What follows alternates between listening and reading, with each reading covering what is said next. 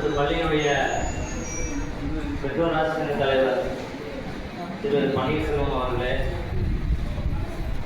இந்த பெற்றோர் ஆசிரியர் பொதுக்குழுவிற்கு வரவேற்புரை வழங்கிய தலைமை ஆசிரியர் அவர்களே, அதே போல நமது பள்ளியினுடைய கடந்த ஆண்டினுடைய வரவு செலவு அறிக்கை வாசித்த ராஜேஸ்வரி டீச்சர் அவர்களே, இந்த பிடிஏ பொதுக்குழுவை தொடங்கி வைத்து சிறப்புரையாட வந்த மீனாட்சிபுரம் வார்டனுடைய வார்டு மெம்பரும் பெருமாடி கிராம பஞ்சாயத்தினுடைய விகசனகாரிய ஸ்டாண்டிங் கமிட்டி சேர்மனும் ஆகிய ஹசீனா பானு அவர்களே, அதே போல நமது பள்ளியினுடைய பிடிஏ உபதலைவர் சிக்கந்தர் பாஷா, மதர் பிடிஏ ரம்யா, இங்கே வந்திருக்கக்கூடிய ஆசிரியர் பெருமக்களே, குழந்தை செல்வங்களே, பெற்றோர்களே, தாய்மார்களே, அனைவருக்கும் முதற்கண் வணக்கம். மீனாட்சிபுரம் அரசு உயர்நிலைப் பள்ளி அப்படிங்கிறது ஒரு பிற்படுத்தப்பட்ட பகுதியில் பொருளாதார ரீதியாகவும் சமுதாய ரீதியாகவும் பின்தங்கி இருக்கக்கூடிய குழந்தைகள் படிக்கக்கூடிய ஒரு கிராமப்புற கல்வி நிலையம் என்பது யாருக்கும் சந்தேகம் இல்லை. கடந்த 106 ஆண்டுகளாக எத்தனையோ மாணவர்களை நம்ம பள்ளியிலிருந்து படித்து வெளியே போயிருக்காங்க.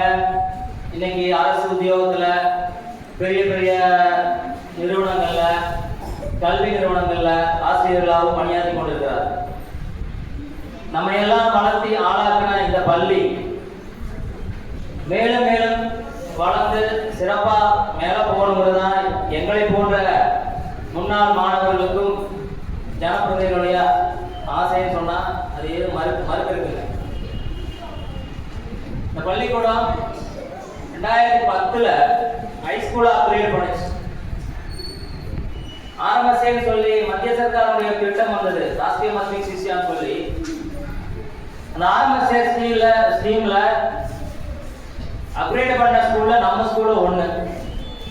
பல போராட்டங்களுக்கு நடுவில் நம்மளுடைய பள்ளிக்கூடம் ஒரு உயர்நிலை பள்ளியா 10வது வரை, முதல்ல 7வது வரைக்கும் படிக்கக்கூடிய ஒரு பள்ளியா இருந்தது. 7வது முடிச்சு வெளியே போனா இன்னும் திவான்பூர் ஹையர் செகண்டரி ஸ்கூல் போகணும், இல்லை வண்டித்தாவளம் போகணும், வண்ணாமலை ஸ்கூலுக்கு போகணுங்கிற சூழ்நிலை மாறி மீனாட்சிபுரத்துக்கு ஒரு 10ஆம் வகுப்பு வரைக்கும் ஸ்கூல் இருந்தா பரவாயில்ல, நம்ம ரொம்ப நாள் கனவா இருந்தது.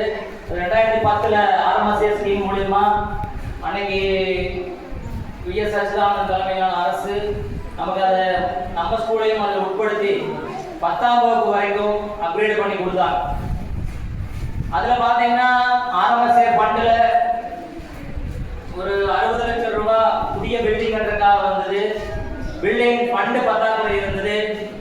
அந்த காலகட்டத்தில் ஆர்எம்எஸ்ஏ கூட சேர்ந்து ஆல் ஓவர் கேரளா, பேர் பேசாதீங்க கவனி, ஆர்எம்எஸ்ஏ ஸ்கீம்ல நம்மளுடைய மாவட்ட பஞ்சாயத்து, ஜில்லா பஞ்சாயத்து அந்த ஸ்கீமை ஏற்றெடுத்து சுமார் அந்த எஸ்டிமேட்டுக்கு ஒரு 82 லட்சம் ரூபாய் செலவுல ஒரு எக்ஸ்ட்ரா ஒரு 22 லட்சம் இருந்தால் தான் அந்த பில்டிங் வேலையை கட்டி முடிக்கணும்னு சொல்லி ஒரு சூழ்நிலை இருந்த நேரத்தில் ஜில்லா பஞ்சாயத்து அந்த 22 லட்சம் ரூபாய் எக்ஸஸ் அமௌண்ட்டை நாங்கள் எங்களுடைய நிதியிலிருந்து கொடுக்குறோம்னு சொல்லி 82 லட்சம் ரூபாய் செலவுல கட்டி முடிக்கப்பட்ட ஒரு ஆர்எம்எஸ்ஏ பில்டிங் தான் நம்ம இப்போ உட்கார்ந்துருக்கக்கூடிய இந்த பில்டிங். அன்னைக்கு மாவட்ட பஞ்சாயத்து உறுப்பினராக இருந்த திசா பிரேம்குமார் அவர்கள் இதுக்கு முழு முங்கை எடுத்தாங்க அப்படிங்கிறது மறுக்க முடியாத உண்மை. அதே போல நம்ம மீனாட்சிபுரம் பகுதி கல்வித்துறையில மேம்பட்டு வரணும், நம்ம படிக்கிற குழந்தைங்க அடுத்த நிலைக்கு போகணும், எஜுகேஷன்ல முன்னுக்கு வந்தா மட்டும்தான் வாழ்க்கையில இந்த சமுதாயத்தில் மிகப்பெரிய மாற்றத்தை ஏற்படுத்த முடியும். அப்படிங்கிறதுனால எஜுகேஷனுக்கு முக்கியத்துவம் கொடுக்கறதா ஒரு ஜனப்பிரதிநிதிங்கிற முறையில, ஒரு பொது பிரவர்த்தகர் என்ற முறையில ஒரு முக்கியமான கடமையை நாங்கள் கருதுறோம். அதனுடைய அடிப்படையில மீனாட்சிபுரத்துக்கு ஒரு கவர்மெண்ட் ஐடிஐ வரும்போது அது மீனாட்சிபுரம் பகுதிக்கு தான் வேணும்னு சொல்லி தர்க்கமண்ணி மீனாட்சிபுரம் பகுதியில கோட்ரஸ்ல நீங்க பார்த்திருப்பீங்க 8 ஏக்கரா குடியாக்குட்டி காடப்பாறை ப்ராஜெக்ட் நடத்தும் போது இரிகேஷன் டிபார்ட்மெண்ட்டுக்காக இருந்த 8 ஏக்கர் பூமியில 5 ஏக்கர் பூமி ஐடிஐக்காக கொடுக்கணும்னு சொல்லி அன்றைய சட்டமன்ற உறுப்பினரும் அன்றைய நீர்வளத்துறை அமைச்சருமா இருந்த நம்முடைய கிருஷ்ணகுட்டி அவர்களுடைய கோரிக்கை வச்சதன் அடிப்படையில 5 ஏக்கர் பூமி இரிகேஷன் டிபார்ட்மெண்ட் இருந்து ஐடி டிபார்ட்மெண்ட்டுக்கு மாற்றி கொடுத்து 10 கோடி ரூபாய் ஆரம்ப கட்டமா நிதியம் ஒதுக்கி அந்த கட்டட வேலைகள் துவங்கப்பட்டது. அதோடு மட்டும் இல்லாம அந்த ஐடிஐ உடனடியாக கிளாஸ் தொடங்குறதுக்கு உண்டான எல்லா வாய்ப்பும் இருக்குதுன்னு சொல்லி அந்த ஐடிஐ சம்பந்தப்பட்ட டிபார்ட்மெண்ட் சொல்லும் போது நம்மளுடைய பள்ளிக்கூடத்தினுடைய எல்பி ஸ்கூல் கட்டடத்தை அந்த ஐடிஐ கிளாஸ் தொடங்கி நடத்த அந்த கட்டட வேலை கோட்டர்ஸ்ல நடந்த இந்த கட்டட வேலை முடியும் வரை ஐடிஐ படிக்கக்கூடிய மாணவர்களுக்கு ஒரு கல்விக்கூடம் வேணும்னு சொல்லி நம்முடைய எல்பி ஸ்கூல் கட்டடத்தை இங்கே படிக்கக்கூடிய ஆசிரியர்களும் அன்றைய தலைமை ஆசிரியர்களும் பெற்றோர் ஆசிரியர்கள் குழுவும் சேர்ந்து மனமும் வந்து நமக்கு பல இடங்கள் இருந்தது. கிளாஸ் விட்டு கொடுத்து போட்டு வந்து நம்ம மேல மொட்டை மாடியில ஒரு சீட்டு போட்டு உட்கார்ந்து படிக்க வேண்டிய சூழ்நிலை இருந்தாலும் நம்ம மீனாட்சிபுரத்துக்கு ஒரு கல்வி நிறுவனம் வரும்போது அது இங்கே இருக்கக்கூடிய மாணவருடைய எதிர்காலத்துக்கு பயன்படக்கூடிய விஷயமா இருக்கிறதுனால நாம எந்த இடர்பாடுகளையும் தாண்டி கொண்டு அந்த எல்பி ஸ்கூல் கட்டடத்தை நம்ம அவங்களுக்கு விட்டு கொடுத்தோம். கடந்த 6-7 வருட காலமாக அந்த எல்பி ஸ்கூல் கட்டடத்துல தான் ஐடிஐ அப்படின்னு சொல்லக்கூடிய கல்வி நிறுவனம் தொழிற்கல்வி கற்றுக் கொடுக்கக்கூடிய அரசுடைய காலேஜ் சொல்லக்கூடிய அந்த ஐடிஐ வந்து அங்க நடந்தது. இப்ப புது கட்டடம் கட்டி கடந்த ஆண்டு மந்திரி அவர்கள் ஓபன் செய்து அந்த கட்டடத்துக்கு அந்த ஐடிஐ போயிடுச்சு. கிட்டத்தட்ட 18 கோர்ஸ் அங்க ஸ்டார்ட் பண்ணி இனி வரும் காலங்களில் நம்ம மீனாட்சிபுரத்துல மட்டும் இல்ல மீனாட்சிபுரத்துல இருந்து நம்ம கல்வி கற்பதற்காக இங்கிருந்து பஸ் ஏறி பொள்ளாச்சி போனோம், வண்ணாமடம் போனோம், வண்டிதாவனம் போனோம், திவான்சபுரம் போனோம். ஆனா நீ காலையில் நீங்க அழகா பாருங்க பஸ் விட்டு இறங்கி எத்தனை குழந்தைங்க புதுநகரத்துல இருந்தும் சத்தமங்கலத்துல இருந்தும் வண்டிதாவனத்துல இருந்தும் மீனாட்சிபுரத்துக்கு படிப்பை தேடி வரக்கூடிய ஒரு சூழ்நிலையை அந்த ஐடி உருவாக்கி கொடுக்குது அப்படிங்கிறதா மறைச்சு எதற்காக நம்ம பெருமைப்படணும்? படிக்கக்கூடிய மாணவர்களுக்கு 10ஆம் வகுப்பு படிச்சு வெளியே வர்றான், அவன் மேலும் மேலும் படிச்சு மேல்நிலைக்கு போகணும்னு சொன்னா ஒரு படிப்பு சம்பந்தப்பட்ட சூழ்நிலையை அந்த மாணவனுக்கு ஏற்படுத்தி கொடுக்கணும். ஊரை சுத்தி லாட்டரி கடை இருந்தா குழந்தைகள் லாட்டரி தான் போகும்.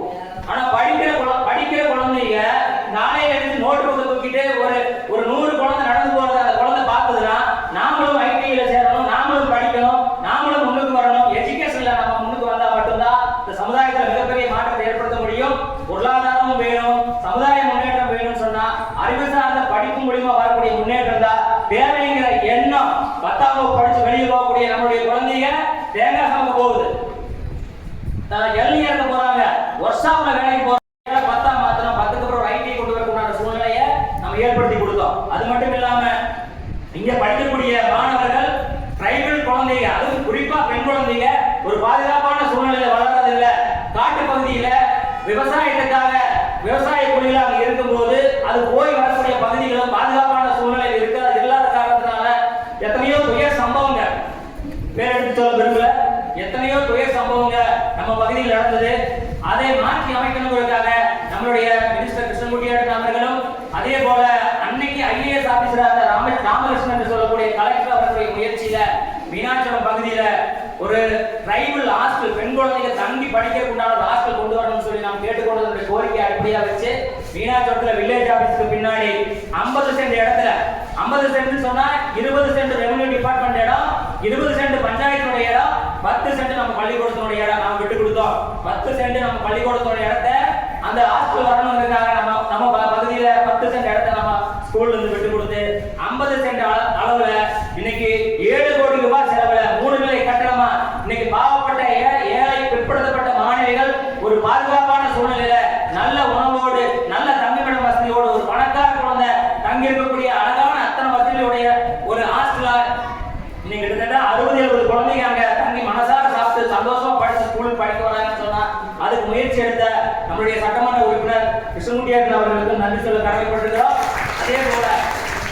அதே போல 2018லயோ 17லயோ நம்ம குழந்தைகளுக்கு ஆட்டோ விட்டு குழந்தைகளை கூட்டிட்டு வந்துருந்தோம். மற்ற ஸ்கூலுக்கெல்லாம் பஸ் இருக்கும், பிரைவேட் ஸ்கூல்ஸ்லாம். இப்போ மீனாட்சிபுரம் ஸ்கூலை பொறுத்த வரைக்கும் நம்மளை சுத்தி நிறைய தனியார் ஸ்கூலுங்க பாத்தீங்கன்னா கிருஷ்ணா வித்யாலயா, லட்சுமி வித்யாலயா, அதே மாதிரி கந்தசாமி ஸ்கூலு, இப்படி நிறைய பிரைவேட் ஸ்கூல்ஸ் என்ன பண்றாங்க, பஸ்ஸை நேரடியா விட்டு உங்களுக்கு நான் ஃப்ரீயா சொல்லி தர்றோம் நீங்க வாங்கன்னு சொல்லி முதல்ல அட்மிஷன் போட்டா அப்புறம் அதுக்கப்புறம் அவங்கள்ட்ட அவங்க போட்ட வலையில தப்பிச்சு வெளியே வர முடியாது இல்லையா? அதனால அது ஃப்ரீயா தரோம் இது ஃப்ரீயா தரோம்னு சொல்லி முதல்ல உடனே அட்மிஷன் போடுறாங்க. பஸ் உங்க வீட்டு முன்னாடியே வருதுன்னு சொல்லி எல்லாம் பல போலியான வாக்குறுதிகளை கொடுத்து குழந்தைகளை கொண்டு போய் பிரைவேட் ஸ்கூல்ல சேர்க்கறதுக்கு முயற்சி எடுத்து ஒரு குழந்தை படிச்சு 6th 7th 8th படிச்சு வரும்போது தான் அந்த ஃபீஸோட பேர்டன் அந்த குழந்தைக்கு தெரிய ஆரம்பிக்கும். அதுக்கப்புறம் தான் அந்த நிர்வாகம் அந்த குழந்தைகளின் பேரண்ட்ஸை மிரட்ட ஆரம்பிக்கிறாங்க. 10th நீ 10 வருஷம் படிச்ச ஃபீஸை கட்டலின்னு சொன்னா 10ஆம் வகுப்பு பரிட்சை எழுதிருக்க விடமாட்டேன்னு சொல்லி மிரட்ட பள்ளிக்கூடம் எல்லாம் இருக்குது. டிசி கொடுக்காம 10ஆம் வகுப்பு பரிட்சை எழுதி முடிஞ்சு ஃபீஸ் கட்டலிங்கிறதுக்காக அடுத்த பள்ளிக்கூடத்தில் கூட சேர்த்தோம்னு சொன்னா பிரைவேட் ஸ்கூல்ல டிசி கொடுக்காம குழந்தைகள் எழுதடிச்ச நிகழ்ச்சி கூட இங்க நடந்திருக்குது. நாங்க போய் மத்தியசம் பண்ணி அந்த குழந்தைக்கு டிசி வாங்கக்கூடிய ஒரு சூழ்நிலை கூட இருந்திருக்குது. அதனால தனியார் பள்ளியினுடைய முக வார்த்தைங்கிறது வசதி இருக்கிறோம் படிக்க வைக்கணும் எல்லாம் குறை சொல்லல. ஆனா பல பொய்யான வாக்குறுதிகளை கொடுத்து தனியார் பள்ளிகளுக்கு நம்ம குழந்தைகளை கூட்டிட்டு போறாங்க. அந்த சூழ்நிலையை மாற்றணுங்கிறதுக்காக அன்னைக்கு மாநில அரசுடைய கோத்திர சாரதின்னு சொல்லக்கூடிய ஆட்டோ ஃப்ரீ எஸ்டி குழந்தைகளுக்கு ஆட்டோ வீட்டு முன்னாடி போய் எழுதி வரக்கூடிய ஆட்டோ ஃப்ரீங்கிற ஸ்கீமை மாநில அரசு கொண்டு வந்ததை நாம் முறையா பயன்படுத்தி நம்முடைய அன்றைய தலைமை ஆசிரியர்களும் பள்ளி நிர்வாகமும் பிடிஏ குழுவும் சிறப்பான முறையில செயல்படுத்தி கோத்திர சாரதி திட்டம் கொண்டு வந்ததுனால எல்லா குழந்தைகளையும் மேக்சிமம் ஆட்டோவில் கொண்டு போய் வீட்டிலே இறக்கி விடக்கூடிய சூழ்நிலையை நம்மளால உருவாக்க முடிஞ்சது. அதே மாதிரி அந்த கோத்திர சாரதி திட்டம் வரும் காலகட்டத்தில் தான் நம்மளுடைய எம்எல்ஏ அவர்கள் நம்ம பகுதிக்கு ஒரு பஸ் வேணும், நம்ம குழந்தைகளும் பிரைவேட் தனியார் பள்ளி குழந்தைங்க போற மாதிரி ஒரு பஸ் வேணும்னு கேட்டுக்கிட்டோம். அன்னைக்கு 16 லட்சம் ரூபாய் நம்மளுடைய பள்ளிக்காக ஒதுக்கின ஃபண்டு தான் அது. ஆர்வி ஸ்கூலுக்கு நாம வேண்டாம்னு சொன்னாலும் அங்க போச்சு. ஏன்னு கேட்டீங்கன்னா ஒரு பஸ் வாங்குறது யானையை கட்டி தீனி போடுற மாதிரி. யானையை வாங்கிடலாம், தீனி போடுறது ரொம்ப கஷ்டம். பஸ் வாங்கி நிறுத்திட்டோம்னு சொன்னா அதுக்குண்டான மெயின்டெனன்ஸ், டீசல் செலவு, டிரைவர் சம்பளம், இத்தனை பிரச்சனை இருக்குது. இத்தனை நடத்திப்பு செலவையும் நம்ம ஈடுகட்டி போனாதான் அந்த பஸ்ஸுங்கிற காரியத்தை நம்ம நல்ல முறையில் நடத்தி போக முடியும். அப்படிங்கிறதுனால அதை ஏற்கனவே அன்றைக்கு இருந்த நிர்வாகம் இறந்து போன செந்தில் சார் நம்ம அவர் குறைய சொல்றதுல இறந்து போனதுக்கு அப்புறம் எல்லாம் ஒரு முட்டுக்கட்டையா இருந்தது. ஆனா இன்னைக்கு 4 வருடத்துக்கு பின்னாடி அதே பஸ் ஆர்வி ஸ்கூலுக்கு போயிடுச்சு. அந்த பஸ் அங்க போய் அதை அவங்க நடத்த முடியாம நின்று போய் அந்த பஸ் அங்க நின்று போச்சு. அப்ப நாம இங்க இருக்கக்கூடிய தலைமை ஆசிரியர்களும் ஆசிரியர் பெருமக்களும் இந்த தடவை பஸ் கொண்டு வந்ததுல என்னோட முயற்சி ஒரு சின்ன அளவில் தான். ஆனா இங்க இருக்கக்கூடிய ஆசிரியர்கள் பெரும்பாடுபட்டு மந்திரி கிருஷ்ணகுடியார் அவர்களை சந்திச்சு அந்த பஸ் எங்களுக்கு வேணும்னு சொல்லி கோரிக்கை வச்சு இதுல இன்னொரு பிளஸ் பாயிண்ட் நமக்கு என்ன வந்ததுன்னு சொன்னா இந்த பஸ்ஸுக்கு டீசல் அடிக்கிற செலவு, டிரைவர் சம்பளம், மெயின்டெனன்ஸ் இதெல்லாம் நம்ம கோத்திர சாரதி திட்டத்தில் வரக்கூடிய ஆட்டோ கொடுக்கக்கூடிய வாடகை பணத்துல நாம செலவு பண்ணிக்க முடியும் சொல்லி அரசு அறிவித்தலுடைய பலனாக நாம அந்த செலவை பத்தி பயப்படாம இன்றைய எச்எம் அவர்களும் ஆசிரியர்களும் மெனக்கெட்டு அந்த ஸ்கூல் 1,80,000 ரூபாய் செலவு பண்ணாதான் அந்த பஸ்ஸை ரன் பண்ண முடியும். பேட்டரி மாத்தணும், அதுல சின்ன சின்ன மெயின்டெனன்ஸ் வேலையெல்லாம் இருந்தது. ஒரு 1,80,000 ரூபாய் செலவு பண்ணாதான் அந்த பஸ்ஸை இயக்க முடியுங்கிற சூழ்நிலையில அந்த 1,80,000 ரூபாய் எப்படி பிரிக்கிறது, யார்கிட்ட போய் கேட்கறது அப்படிங்கிற ஒரு ஒரு ஒரு பயம் இருக்கு எல்லாருக்கும். ஒரு தனி வெளியூர்ல இருந்து இங்க வரக்கூடிய ஆசிரியர்கள் இந்த ஊர்ல பெருசா பழக்கவழக்கம் இல்லாத ஆசிரியர்கள் இருக்கிற சூழ்நிலையில நம்ம ஊர்ல இருக்கக்கூடிய ஆசிரியர்கள் இருந்தாலும் இந்த 1,80,000 ரூபாய் பணத்தை எப்படி பிரிக்கிறதுங்கிற ஒரு கஷ்டமான சூழ்நிலை இருந்த போதுமே அவங்க எங்கிட்ட எல்லாம் கேட்டாங்க. நாங்க அவங்களுக்கு தைரியம் தான் கொடுத்தோம், பெருமளவுல நிதி நாங்க கொடுக்கல. சும்மா அவர் சொல்லுவார், போய் சொல்லுவார், அவங்க அவ்வளவு கொடுத்தாங்க இவ்வளவு கொடுத்தாங்க, நாங்க கொடுக்குறோம்னு சொன்னா எங்கிட்ட பணத்துக்கே வரல. என்னன்னு சொன்னீங்கன்னா எப்பவுமே இதுக்கு முன்னாடி ஏதோ நிகழ்ச்சிக்கு பணம் பிரிக்கணும்னு சொன்னா எங்களை முன்னாடி தள்ளிட்டு போயிட்டா பணம் பிரிப்பாங்க. இந்த தடவை ஆசிரியர்கள் அவங்களே போய் மெனக்கெட்டு 1,80,000 ரூபாய் பணத்தை பிரிச்சுட்டாங்க. அவங்களுக்கு முதல்ல நம்ம தேங்க்ஸ் சொல்ல வேண்டாமா? அதோட ஆசிரியர் 50,000 ரூபாய் அவங்க ஃப்ரெண்ட்ஸ் சர்க்குலேஷன்லயே 50,000 ரூபாய் பிரிச்சு கொடுத்துருக்காரு. அந்த ஆசிரியர்கள் முன்னாடி வாங்க. இப்ப நாங்கெல்லாம் யூனிஃபார்ம் வருஷம் மாநில அரசு நிதி 850 கோடி ரூபாய் இன்னும் நிலுவையில் இருக்கு. அதே மாதிரி தமிழ்நாடு அரசுக்கு 2,150 கோடி ரூபாய் எஸ்எஸ்கே ஃபண்ட் நிலுவையில் இருக்கு. தமிழ்நாட்டில் பாத்தீங்கன்னா தமிழ்நாட்டு அமைச்சர்களும் மந்திரிகளும் தலைமைச் செயலகத்துக்கு முன்னாடி எஸ்எஸ்கே ஃபண்டை மத்திய அரசு விடுவிக்கணும்னு சொல்லி ஒரு நாள் அடையாள உண்ணாவிரத போராட்டமே நடத்தினாங்க. அந்த அளவுக்கு மத்திய அரசு வரக்கூடிய ஃபண்டு நமக்கு வரல. அதனுடைய பிரதிபலனா 3 ஆண்டு காலமா சரியான முறையில் குழந்தைகளுக்கு யூனிஃபார்ம் நம்ம கொடுக்க முடியதில்லை. சில மெயின்டெனன்ஸ் ரேட் எஸ்எஸ்கேல வரும், அது நம்ம செய்ய முடியாத ஒரு சூழ்நிலை இருக்குது. அப்படி இருக்கிற சூழ்நிலையில குழந்தைகளுக்கு பாவப்பட்ட குழந்தைகளுக்கு எல்லாருக்கும் யூனிஃபார்ம் வாங்கி கொடுக்க முடியாட்டியும் ஒரு 50 குழந்தைகளுக்காக யூனிஃபார்ம் வாங்கி கொடுக்கணும்னு சொல்லி தன்னுடைய சொந்த காசுல 10,000 ரூபாய் செலவுல அவர் பேர் சாரி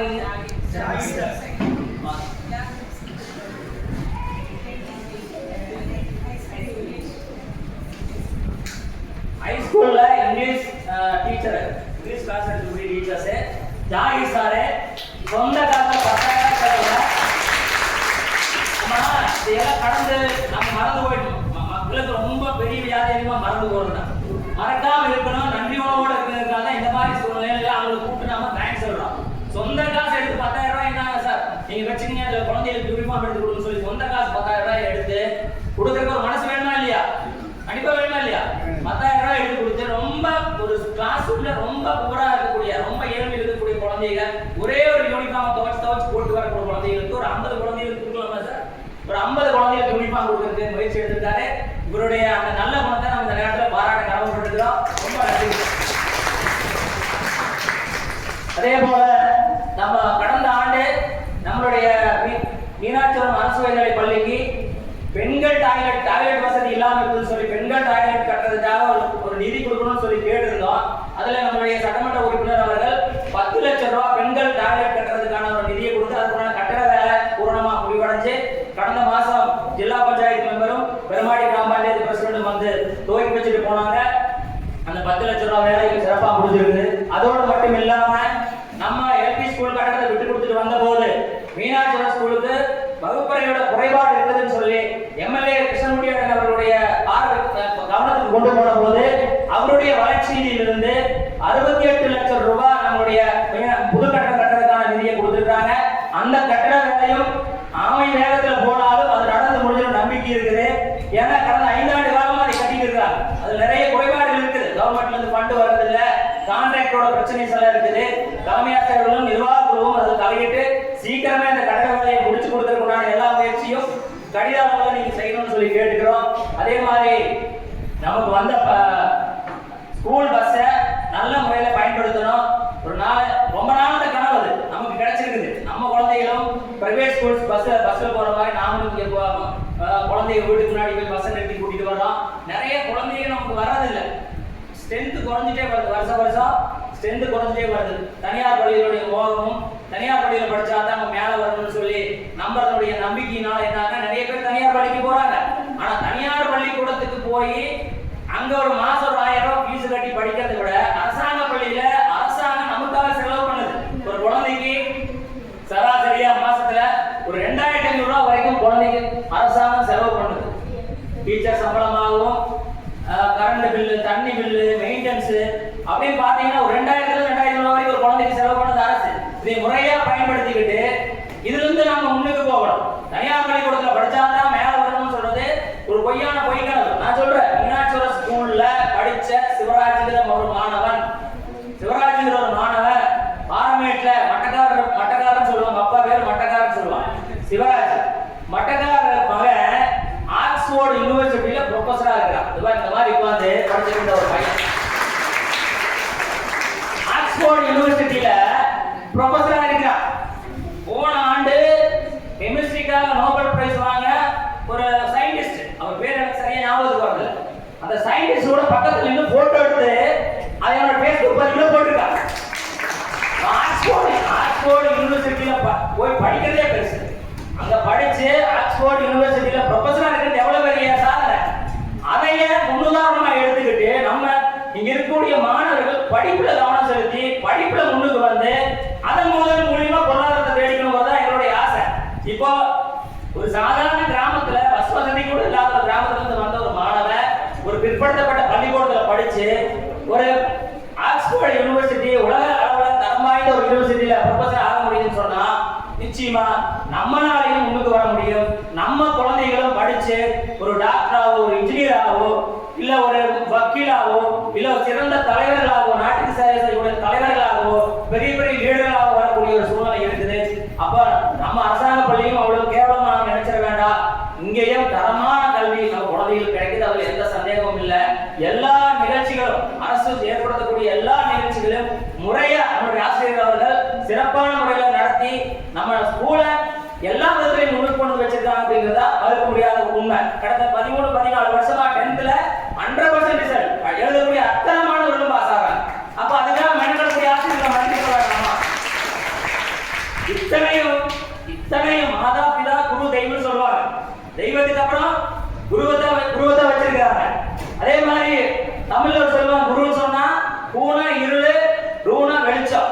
இருள் இருந்து வெளிச்சத்துக்கு குழந்தையை கொண்டு வரக்கூடிய வேலையை தான் ஆசிரியர்கள் அவங்க செஞ்சிருக்கிறாங்க. அப்ப அந்த அளவுக்கு ஆசிரியர்கள் நம்மளுடைய குழந்தைகளுடைய படிப்புல கவனம் செலுத்தி செய்யும் போது பெற்றோர்களுடைய நம்மளுடைய கடமை என்ன? நாம முதல் நிலை பள்ளிக்கூடத்துக்கு போகக்கூடிய குழந்தைங்க முதல் நிலை நம்ம தலைமுறையிலே முதல் பள்ளிக்கூடத்துக்கு நம்ம தான் போகுதுங்கிறோட பிற்படுத்தப்பட்ட பகுதியில் வரக்கூடிய குழந்தைங்க பேரண்ட்ஸ் எஜுகேஷன் லெவல் நம்ம குறை சொல்ல விரும்பல. ஆனா நம்மளுடைய சூழ்நிலைக்கு அந்த குழந்தை போயிடக்கூடாது. அந்த குழந்தையும் படிச்சு மேல வரணும் அப்படின்னு சொன்னா அந்த குழந்தை சரியான முறையில ஸ்கூலுக்கு டயத்துக்கு அனுப்பி வைக்க வேண்டியது நம்ம கடமையா இல்லையா? அதை செஞ்சு வைக்க முடியுமா இல்லையா? நிச்சயமா செய்ய முடியும். குழந்தை வரும்போது ஒரு கந்தலான துணியா இருந்தாலும் அதை கசிக்கு சுத்தமா அந்த குழந்தைய நம்ம பள்ளிக்கூடத்துக்கு தாண்டி விட முடியுமா? முடியாதா? முடியும். அதே மாதிரி அந்த குழந்தை சரியா பள்ளிக்கூடத்துக்கு வருதா, பள்ளிக்கூடத்துல போய் படிக்குதா, பள்ளிக்கூடம் விட்டு கரெக்டா வீட்டுக்கு வருதா அப்படிங்கறத கவனிக்கிற பொறுப்பு நமக்கு இருக்குதா இல்லையா? அதையே கூட கவனிக்க முடியும்னு சொன்னா நம்ம குழந்தைய நம்ம எப்படி முன்னுக்கு கொண்டு போக முடியும்? நம்மளால நோட்டு புக்கையோ பாட புத்தகத்தையோ எடுத்து அந்த குழந்தைக்கு பாடம் சொல்லி தர அளவுக்கு எல்லாத்தையும் சொல்லல. ஒரு 70% பேரண்ட்ஸ் அப்படி இருக்கலாம். முடியாது. ஏன்னா நம்ம பெற்றோர் எஜுகேஷன் கொடுக்கல. ஆனா நாம நம்ம குழந்தைக்கு முதல் தலைமுறையில அவங்க பள்ளிக்கூடத்துக்கு அனுப்பி வச்சு அவங்களும் எழுத்தறிவு படிப்பறிவு பெறதுக்கு உண்டான முயற்சியை நாம எவ்வளவு கஷ்டப்பட்டாலும் நம்ம குழந்தை நல்லா இருக்கணுங்கிறதுக்காக முயற்சி எடுக்கிறோம். அந்த முயற்சியில ஒரு பங்கா நம்ம குழந்தைங்க சரியான முறையில ஸ்கூலுக்கு போகுதா, நல்லா படிக்கிறாங்களா, ஒரு மாசத்துல ஒரு முறை வந்து நம்ம பள்ளிக்கூடத்துல டீச்சர்ஸ் வகுப்பாசிரியர் இருப்பாங்க, அவங்களை கலந்துக்கிட்டு அந்த டீச்சர்ஸ் கிட்ட எனக்கு என் குழந்தை சரியா ஸ்கூலுக்கு வர்றாங்களா, நல்லா படிக்கிறாங்களா, இந்த மாசம் ஏதாவது டெஸ்ட் வச்சிருக்கீங்களா, என் குழந்தை எவ்வளவு மார்க் வாங்குச்சு, நல்லா படிக்குதுங்களா, வீட்டு பாடம் ஏதாவது எழுதி கொடுத்து விட்டீங்களா, எங்க குழந்தைங்க வீட்டுல வந்து சரியா படிக்கிறது இல்ல, வீட்டுல விளையாட போயிருது, டிவி பார்த்துட்டு இருக்குது, விளையாட்டுல கவனம் செலுத்துறாங்க, பிரச்சனைகள் எல்லாம் நம்ம ஆசிரியரோட கலந்துக்கிட்டு அந்த குழந்தையுடைய முன்னேற்றத்துல நம்மளுடைய பங்களிப்பும் சின்னாலோட இருக்கணும்னு சொன்னா நிச்சயமா ஆசிரியர்களுக்கும் பெற்றோர்களுக்கும் ஒரு இடையில ஒரு பாடம் வேணும். கண்டிப்பா குழந்தை பள்ளிக்கூடத்தோட பெற்றோர்களும் தொடர்பை ஏற்படுத்திக்கணுங்கிறதா என்னுடைய கோரிக்கை. அதுக்கு இந்த பெற்றோர் ஆசிரியர் சங்கம் வந்து ஒரு மிகப்பெரிய பாடமா இருக்குது அப்படிங்கிறதா மறுக்க முடியாத உண்மை. பெற்றோர் ஆசிரியர் சங்கத்துடைய ஜெனரல் பாடி கூட்டம் சொன்னா இன்னைக்கு 500 குழந்தைங்க படிக்கக்கூடிய ஸ்கூல்ல ஜெனரல் பாடி வச்சா நீங்க வந்துட்டு ஒரு 11 பேர். கடந்த 3 ஆண்டுகளோடு ஒப்பிடும்போது இன்னைக்கு இந்த வருஷம் ஒரு பெட்டர் பரவாயில்லைன்னு தோணுங்க. ஆனா 500 குழந்தைங்க படிக்கிற ஸ்கூல்ல ஒரு 200 பேரண்ட்ஸ் வந்திருந்தா எவ்வளவு நல்லா இருந்திருக்கும். ஜெனரல் பாடி கூட்டம் நடக்கும்போது ஜெனரல் பாடியில கலந்துக்கிட்டு இங்க நம்ம அரசாங்கம் நம்ம குழந்தைய படிக்கிறதுக்காக என்னெல்லாம் செலவு பண்றாங்க, கடந்த ஆண்டு என்ன செலவுகள்லாம் அரசாங்கத்துல இருந்து நம்ம பள்ளிக்கூடத்துக்காக செலவு பண்ணிருக்காங்க, குழந்தைங்க படிப்புக்காக செலவு பண்ணிருக்காங்க, ஆண்டைக்கு வாசிச்சாங்களா இல்லையா, ஆசிரியர் டீச்சர் அவங்க நீங்க கவனிச்சீங்களா இல்லையா, அதையும் நம்ம கவனிக்கணும். நம்மளுடைய கவர்மெண்ட்டும் அரசும் அதே போல ஜனப்பிரதிநிதிகளும் நம்ம பகுதியினுடைய பள்ளியுடைய முன்னேற்றத்துக்காக எத்தனையோ இருக்கக்கூடிய பொதுமக்களும் சமூக ஆர்வலர்களும் எத்தனையோ பேர் பள்ளிக்கூடத்துக்காக நிறைய உதவிகளை செய்யறாங்க. அதை நாம தெரிஞ்சுக்கிட்டு நாமளும் குழந்தைங்க படிப்புக்காக நம்மளால முடிஞ்சத நாமளும் உந்துகோலா இருந்து நாம குழந்தைகளை முன்னுக்கு தூக்கி விடலாம். இங்க இருக்கக்கூடிய ஏழை எளிய மாணவர்கள் வாழ்க்கையில முன்னுக்கு வரணும்னு சொன்னா அவங்க கையில் இருக்கக்கூடிய ஒரே ஒரு ஆயுதம் கல்வி மட்டும்தான். எஜுகேஷன் விட்டு நம்ம வேலையை வர முடியாது. நம்ம தாய்தாரம் சம்பாதிச்சு வச்சுட்டு போல, நமக்கு பெரிய அரசாங்க உத்தியோகம் இல்ல, நமக்கு பெரிய பேங்க் டெபாசிட் கிடையாது. நம்ம குழந்தைங்க நாளைக்கு எதிர்காலத்துல நல்லா இருக்கணும், நல்ல நிலைமைக்கு வரணும்னு சொன்னா எஜுகேஷன் மட்டும்தான் அவங்க வாழ்க்கையில முன்னுக்கு கொண்டு வரும். எஜுகேஷன் நல்ல முறையில வரணும்னு சொன்னா பெற்றோர்கள் நாம அந்த குழந்தைகளை பின்னாடி இருந்து கவனிக்க வேண்டிய பொறுப்பு நமக்கு இருக்குது. வரும் காலங்கள்ல நீங்க நல்ல முறையில இந்த பள்ளிக்கூடத்தோட தொடர்பு ஏற்படுத்தி கொண்டு நல்ல ஒத்துழைப்பு அந்த பள்ளிக்கூடத்துக்கு ஸ்கூலுக்கு கொடுத்து உங்க குழந்தைங்க நல்ல முறையில வீட்டுப்பாடங்களா செஞ்சுட்டு வராங்களா, சரியா ஸ்கூலுக்கு வர்றாங்களா, லீவ் எடுக்கிறாங்கன்னு சொன்னா பேரண்ட்ஸ் டீச்சர்ஸ் மூலமா பேரண்ட்ஸ்க்கு இன்ஃபார்ம் போகணும்.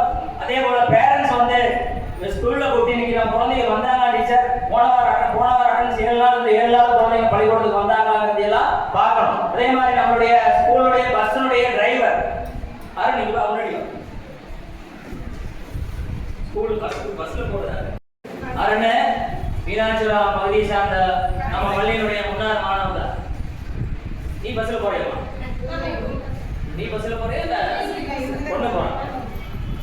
இவங்கதான் பஸ் டிரைவர், பஸ்ல வரக்கூடியவங்க ஆயா. அப்ப இந்த பஸ் டிரைவரோட நம்பரை எல்லா பேரண்ட்ஸ் கையிலும் இருக்கணும். பஸ்ல வர குழந்தைகளோட சொல்றேன். அப்ப அந்த குழந்தை பஸ்ல கரெக்டா வந்துதா, பஸ் இறக்கி விட்டாங்களா, ஒரு டைம் பஸ் வந்துமே அந்த குழந்தை வரலைன்னா முதல்ல யாரை கூப்பிட்டு கேட்கணும்? டிரைவர் கூப்பிட்டு கேட்கணும், இந்த குழந்தை பஸ்ல வந்ததுங்களா, அந்த குழந்தை பஸ்ல வந்து அந்த ஸ்கூலுக்கு பஸ்ல ஏறிச்சா, அது வந்து வீட்டுக்கிட்ட இறங்கிச்சாங்கிறத முதல்ல ஆயா கட்டியோ அருங்கட்டியோ நம்பர் வாங்கி வச்சு அந்த நம்பருக்கு கூப்பிட்டு கன்ஃபார்ம் பண்ணிக்கணும். அப்படி ஒரு சூழ்நிலை இல்லைன்னா ஸ்கூல்ல டீச்சர்ஸ் இருப்பாங்க, அதை கிளாஸ் டீச்சருக்கு ஃபோன் பண்ணி குழந்தை வந்துதா, பள்ளிக்கூடத்துக்கு போய் சேர்ந்தாங்களா வந்தாங்களான்னு கேட்க வேண்டியிருக்கு. இன்னைக்கு செல்போன் எல்லாத்து கையிலும் இருக்குது, டிரைவர் கிட்ட செல்போன் இருக்குது, டீச்சர்ஸ் கிட்ட செல்போன் இருக்குது. தாராளமா நீங்க கூப்பிட்டு அதை கன்ஃபார்ம் பண்ணிக்கிறதுக்கான சூழ்நிலையை நீங்க ஏற்படுத்திக்கணும். எப்பவுமே நம்மளுடைய பார்வை குழந்தைங்க மேல இருந்துட்டே இருக்கணுங்கிறதுக்காக தான் இதை சொல்றோம். இந்த இதையும் நீங்க சரியான முறையில் பயன்படுத்திக்கணும். அதே மாதிரி நம்ம படிக்கக்கூடிய நெடுமாறு காலில இருந்து கொஞ்சம் குழந்தைங்க வர்றாங்க, சர்க்கார்பதி காலில இருந்து கொஞ்சம் குழந்தைங்க வர்றாங்க. குழந்தைங்க வரும்போது பேரண்ட்ஸ் நீங்க எல்லாம் மீனாட்சிபுரம் அரசு உயர்நிலை பள்ளி நல்ல தரமான பள்ளி, நல்ல முறையில கிளாஸ் எடுக்கிறாங்க, பஸ் சௌகரியம் பண்ணி கொடுத்துருக்காங்க. நீங்களும் பக்கத்தில் இருக்கக்கூடிய குழந்தைகளை எங்க பள்ளிக்கூடத்துல சேர்த்துங்க. எங்க பள்ளிக்கூடத்துல நல்ல எஜுகேஷன், தரமான எஜுகேஷன் இருக்கிறதுனால இன்னும் நல்ல குழந்தைகளும் நல்ல முறையில படிச்சு முன்னுக்கு வருவாங்கன்னு சொல்லி நாம நம்ம பள்ளிக்கூடத்துக்கான விளம்பரத்தை நாமளே கொடுத்து குழந்தைங்க சேரத்தான் பள்ளிக்கூடத்தோட ஸ்ட்ரென்த் அதிகமாகும், டீச்சர்ஸ் அதிகமாக வருவாங்க. மேலும் ஹையர் செகண்டரி ஸ்கூல் வர்றதுக்கெல்லாம் ஒரு மிகப்பெரிய வாய்ப்பா அமையும். அப்ப நாமளும் இந்த பள்ளியினுடைய விளம்பரமா இருந்து நிறைய குழந்தைகளை கொண்டு வந்து மீனாட்சிபுரம் ஸ்கூல்ல சேர்க்கணும்னா முயற்சி உங்க சைடு நாங்க எதிர்பார்க்கிறோம். அதுக்கு உங்களுடைய ஒத்துழைப்பு மிகவும் மிகவும் வேண்டி கேட்டுக்கிறோம். இவங்க நம்பர் வாங்கிக்கோங்க, driver number, bus driver number. படிச்சாங்க, நிறைவா இருந்தது. நிறைய பண்டிகை நமக்கு காலதாமதம் இருந்தாலும் ஆசிரியர்களும் தலைமை ஆசிரியர்களும் நல்ல முறையில் பணம் ஒதுக்கி நம்ம குழந்தையினுடைய முன்னேற்றத்துக்காக எல்லா விதத்திலையும் முயற்சி பண்ணி முன்னுக்கு கொண்டு வராங்க அப்படிங்கிறதுல எந்த சந்தேகமும் இல்லை. அதே மாதிரி நம்மளுடைய ஜில்லா பஞ்சாயத்து பண்டிகையில் போன வருஷம் சில்ட்ரன்ஸ் பார்க் ஒன்று 10 லட்சம் ரூபாய் செலவுல சில்ட்ரன்ஸ் பார்க் கட்டி கொடுத்தாங்க. இன்னும் எத்தனையோ பஸ் வெயிட்டிங் செட் கட்டுறதுக்கு உண்டான நம்ம பஸ் வாங்கிட்டா பஸ் நிறுத்தத்துக்கு ஒரு செட்டு வேணும். ஜில்லா பஞ்சாயத்துல இருந்து ஒரு செட்டு அமைச்சு கொடுக்கறதுக்கு ஒரு ஃபண்டு கொடுக்கணும்னு சொல்லி ஒரு கோரிக்கை மனுவை தலைமை ஆசிரியர் மூலியமா கொடுக்கணும்னு சொல்லி கேட்டுக்கிறோம். அதே போல தண்ணி பிரச்சனை, போர் போட்டாலும் தண்ணி கிடைக்கிறது இல்லை. 10 லட்சம் செலவு பண்ணாங்க தெரியும். இந்த பள்ளிக்கூடத்தில் மட்டும் 5 போர் போட்டாச்சு, தண்ணி சௌகரியம் இல்லை. நமக்கு நம்மளுடைய பஞ்சாயத்துடைய பம்ப் ஹவுஸ் கிணறு இருக்குது, அதுல மோட்டரும் இருக்குது, அங்கிருந்து பைப் லைனும் இருக்குது. அந்த கரண்ட் பில்லை கட்டி அங்கிருந்து மோட்டர் எடுத்து விட்டா நாளையில எடுத்துட்டு ஒரு 15 நிமிஷம் தொட்டி நிறைஞ்சு போயிடும். பைப் லைன் டேங்க் வரைக்கும் போட்டு வச்சிருக்கோம், தொட்டி வரைக்கும். அந்த மோட்டர் கரண்ட் பில் கட்டுறது நம்ம முன்னே எடுத்து பெருமாடி கிராம பஞ்சாயத்துக்கு எழுதி கொடுத்து அந்த கரண்ட் கனெக்ஷனை Meenakshipuram higher secondary school headmaster பேர்ல மாற்றணும். ஹை ஸ்கூல் ஹெட்மாஸ்டர் பேர்ல மாற்றணும். மாத்திட்டு அந்த கரண்ட் பில் எவ்வளவு வருதோ அதை மாசம் நாம கட்டுறதுக்கு தயாராகும். ஒன்றும் பிடிஎம் மூலியமா இல்லைன்னு சொன்னா ஜில்லா பஞ்சாயத்துல அது ஃபண்டு கிடைச்சதுன்னு சொன்னா அது மூலியமா பணம் கட்டுறதுக்கான முயற்சி எடுக்கணும். நம்ம ஆண்டறிக்கையில படிச்ச போது நான் கேட்டேன், தண்ணி கொண்டு 40,000 ரூபாய் செலவு பண்ணியிருக்காங்க. 40,000 ரூபாய் நம்ம கரண்ட் பில் கட்டுறதுக்கு 10 மாசத்துக்கு வரும்னு எனக்கு தோணல. அது 20 HP மோட்டரா இருக்குது. அந்த 20 HP மோட்டர் மாத்திட்டு ஒரு 5 HP மோட்டர், ரொம்ப கெட்டுள்ள மோட்டர்னா நாங்க தள்ளக்கூடிய ஒரு மோட்டர், ஒரு 5 HP மோட்டர் வச்சோம்னா மேக்ஸிமம் ஒரு 1000 ல இருந்து 2000 கரண்ட் பில் வரணும்னு வாய்ப்பு இருக்குது. தண்ணி சுத்தமான தண்ணி, மீனாட்சிபுரத்து ஜனங்க காலகாலமா குடிச்சிட்டு இருந்த தண்ணி, அந்த கிணத்து தண்ணியை நம்ம பள்ளிக்கூடத்துக்கு பிரயோஜனப்படுத்தணும். அதுக்குண்டான முந்தைய பேப்பர் ஒர்க்கு ஹெட்மாஸ்டர்கள் மெனக்கெட்டு செய்யணும். நாங்களும் அசினா பானு இன்னைக்கு வார்டு மெம்பர் மட்டுமல்ல பஞ்சாயத்துடைய ஸ்டாண்டிங் கமிட்டி சேர்மனாக இருக்கிறதுனால திரு அசினா பானு அவர்களும் அதை மெனக்கெட்டு நமக்கு அந்த பம்போஸ் கிணத்து தண்ணியை மீனாட்சிபுரம் பள்ளிக்கூடத்துக்கு பிரயோஜனப்படுத்துற வகையில ஒரு நல்ல முயற்சி எடுத்து செஞ்சு தரணும்னு சொல்லி கேட்டுக்கிறோம். நாங்களும் பஞ்சாயத்தில் இருக்கிறோம். இருந்தாலும் நாங்க ஒரு கோரிக்கையா சில சொல்ல வேண்டியது இருக்குது. பேப்பர் ஒர்க்கு ஆசிரியர் தான் செய்யணும். அதை இந்த நேரத்தில் நான் சொல்லி கிளம்பட்டுதான். நம்மளுடைய பள்ளி ரொம்ப நேரம் பேசி உங்களுடைய நேரத்தை வீணடிக்க விரும்பல. இவ்வளவு நேரம் உட்கார்ந்து பொறுமையா கேட்டதே பெருசு. எங்க குழந்தைகளுக்காக, எங்க குழந்தை படிக்கணும் இருக்காங்க, இந்த பள்ளிக்கூடத்து வாசப்படி இருந்துச்சு, இவ்வளவு தூரம் மேலேறி வந்து பொறுமையா உட்கார்ந்து கேட்டதுக்கு முதல்ல எங்களுக்கு நாங்க நன்றி சொல்லிக்கிறோம். அதே போல இனி வருங்காலங்களில் நம்மளுடைய பள்ளி நல்ல முறையில முன்னேற்றம் அடைஞ்சு ஒரு ஹையர் செகண்டரி ஸ்கூலா +2 வரைக்கும் இருக்கக்கூடிய ஒரு பள்ளிக்கூடமா மாறணும். அதுக்கு எல்லா வித முயற்சியும் ஒத்துழைப்பும் பேரண்ட்ஸ் ஆகிய உங்களிடமிருந்து நாங்கள் எதிர்பார்க்கிறோம். எல்லோருக்கும் பேச வாய்ப்பளித்ததுக்கு நன்றி கூறி